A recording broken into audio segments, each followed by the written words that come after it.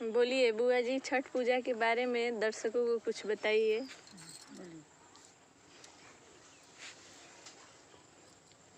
हम आशा सिन्हा, हम छठ पूजा का सेवा करना शुरू कर दिए हैं।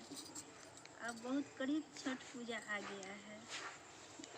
2 रोज के बाद नहा खा होगा, उसके बाद खरना होगा, उसके बाद छठ का पहला अर्घ होगा, तब दूसरा अर्घ होगा।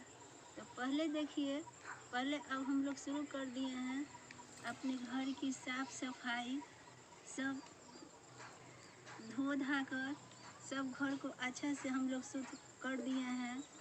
उसके बाद आज सुबह में हम लोग भैया दूज का पूजा किए हैं, सरापन किए हैं। उसके बाद उठे हैं तो भाभी गेहूँ धोई हैं और गेहूँ धोकर अभी हम लोग छत पर बैठकर गेहूँ को सुखा रहे हैं।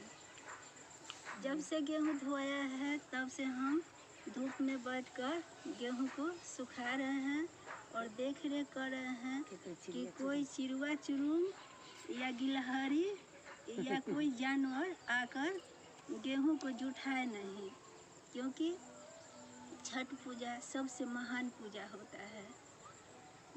हाँ, छठी मैया में इतना कृपा होता है कि जो अच्छा से उनका सेवा करे उसको अच्छा फल देती हैं, और थोड़ा सा इधर उधर हो जाए तो उसके लिए बहुत बुरा असर हो जाता है। जब हम नीचे उतरे, इतना धूप हमको लगा है, नहीं बर्दाश्त हुआ है, तो थोड़ा सा हम सोचे कि जाकर नीचे रेस्ट ले लें। तो मेरी अम्मा बोली हैं कि नहीं, छठ का गेहूँ सुखाया जाता है, वहाँ बैठा जाता है, कि तुम जाओ और नहीं तो हम वहाँ जाकर बैठेंगे। तो फिर हम आ गए हैं, आकर बैठकर गेहूँ की देख रेख कर रहे हैं। हम लोग बैठे हैं। अब हम लोग गेहूँ की चून चान भी कर रहे हैं कि इसमें से कोई कंकड़ उंकड़ ना रहे, सब निकल जाए और अच्छा से गेहूँ की पिसान होके, जो कि छठी मैया के लिए ठेकुआ बनेगा, खजूर बनेगा और फिर खरना का प्रसाद बनेगा और छठी माँ को प्रसाद चढ़ाया जाएगा।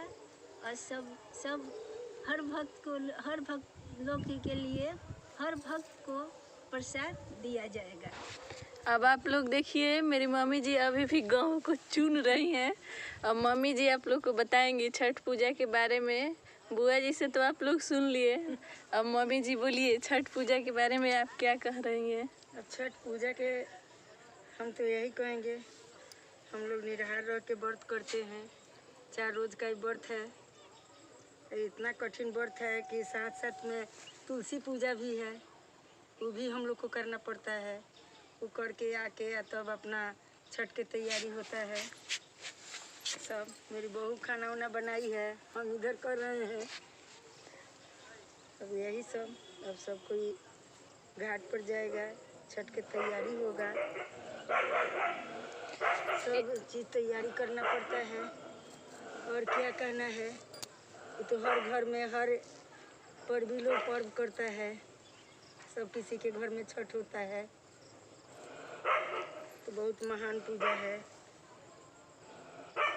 कार्तिक माह इतना महान महीना है, साल भर में एक बार आता है। इस महान महीना को हम लोग भगवान समझते हैं। जो तुलसी जी की पूजा करती हैं या भगवान के पूजा करते हैं, करके हम लोग सुबह में उनको स्वयं विष्णु भगवान से प्राप्ति होती है। इसलिए हम लोग बहुत ध्यान से कार्तिक माह में पूजा करते हैं। केवल तुलसी ही माँ का पूजा नहीं करते हैं, उनके साथ साथ ब्रह्मा विष्णु महेश सब भगवान का पूजा करते हैं। ये महीना इतनी महान होती है कि इस महीना में स्वयं भगवान विष्णु नारायण उतर जाते हैं और इतने बड़ा पर्व होता है। दीपावली होता है, लक्ष्मी जी का पूजा, गणेश जी का पूजा, दिया हम लोग जलाते हैं, दिया से पूरा घर ऊपर जगमगा देते हैं। उसके बाद गोधन पूजा होता है। हम लोग कैस्ट जाति के हैं। हम लोग के यहाँ चित्रगुप्त पूजा होता है। हम लोग का चित्रगुप्त पूजा हम कैस्ट के कुल गुरु चित्रगुप्त भगवान हैं। वैसे तो आजकल सब कोई कर रहा है चित्रगुप्त पूजा, लेकिन खासकर हम ही लोग का है। हम लोग के महान कुल गुरु चित्रगुप्त भगवान हैं। हम लोग बहुत श्रद्धा से प्रेम से चित्रगुप्त भगवान की पूजा करते हैं। हम लेडीज भी करते हैं और हमारे घर के जेंट्स भी करते हैं।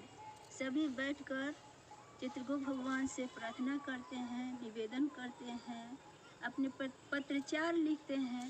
जिसको जो आवश्यकता हो वो चित्रगुप्त भगवान से मांगते हैं। अब भगवान हमें सब देते हैं, हम लोग को सब सफलता प्राप्त करते हैं। उसके बाद हम लोग भैया दूज करते हैं। भैया दूज करते पूजा हैं। में इतना ही नहीं, 22-25 को कलशुभ का अर्घ दिया जाता है। अगले वीडियो में आपको लोग को दिखाया जाएगा हाँ, इस घर का पूजा की कैसे होता है।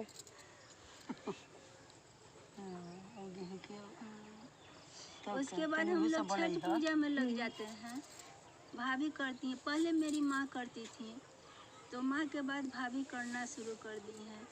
हमारे घर में हर और लोग और लेडीज लोग तो 2, 1, 4, 5 कलशों की अर्घ देती हैं, पर हमारे घर में 20-22 कलशों की अर्घ पड़ती है।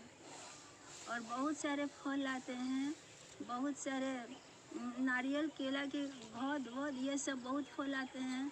हम लोग सब अच्छा से पकवान बनाकर अच्छा से दौरा सब सजाकर, बड़ा दौरा हो जाता है, 5-6 दौरा हो जाता है। और बहुत सारे फल आ जाते हैं, ऊख सब बहुत सारे फल आ जाते हैं। हम छठी माँ के बहुत सेवा करते हैं। सब फल को धोते हैं, धोकर सुखाते हैं, उसके बाद सूप सजाते हैं। सूप सजाकर दौरा ढाका में रखते हैं।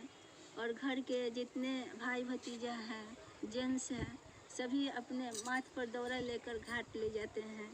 घाट पर हम लोग बहुत सजा के अच्छा से सूप उप रखते हैं, सब कलशुप रखते हैं, दिया हुआ जलाते हैं। भाभी अर्घ देती हैं, हम लोग अर्घ दिलवाते हैं।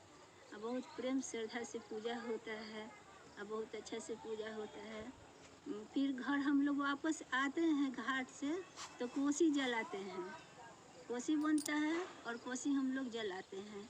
उसके बाद रात में कोसी, फिर रात में हम लोग छठ घाट जाते हैं। 2-3 बजे रात में घर की नई बहू भी जाती हैं, हम लोग जाते हैं। जाकर वहाँ कोसी जलाते हैं, वहाँ दीप जलाते हैं, छठी माँ से प्रार्थना करते हैं।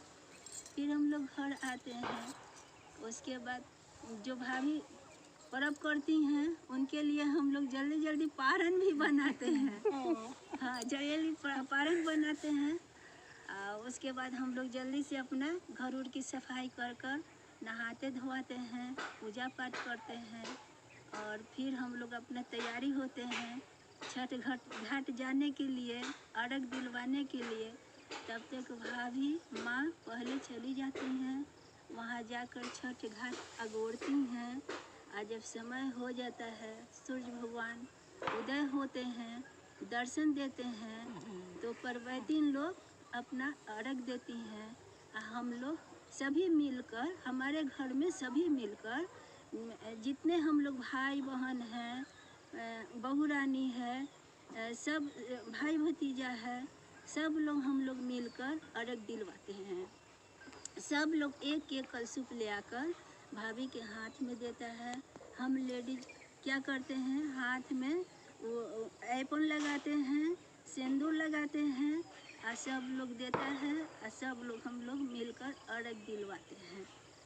और उसके बाद हम लोग घर आते हैं, तो परवैतीन को, भाभी को जल्दी से हम लोग क्या करते हैं, गर्म पानी करते हैं।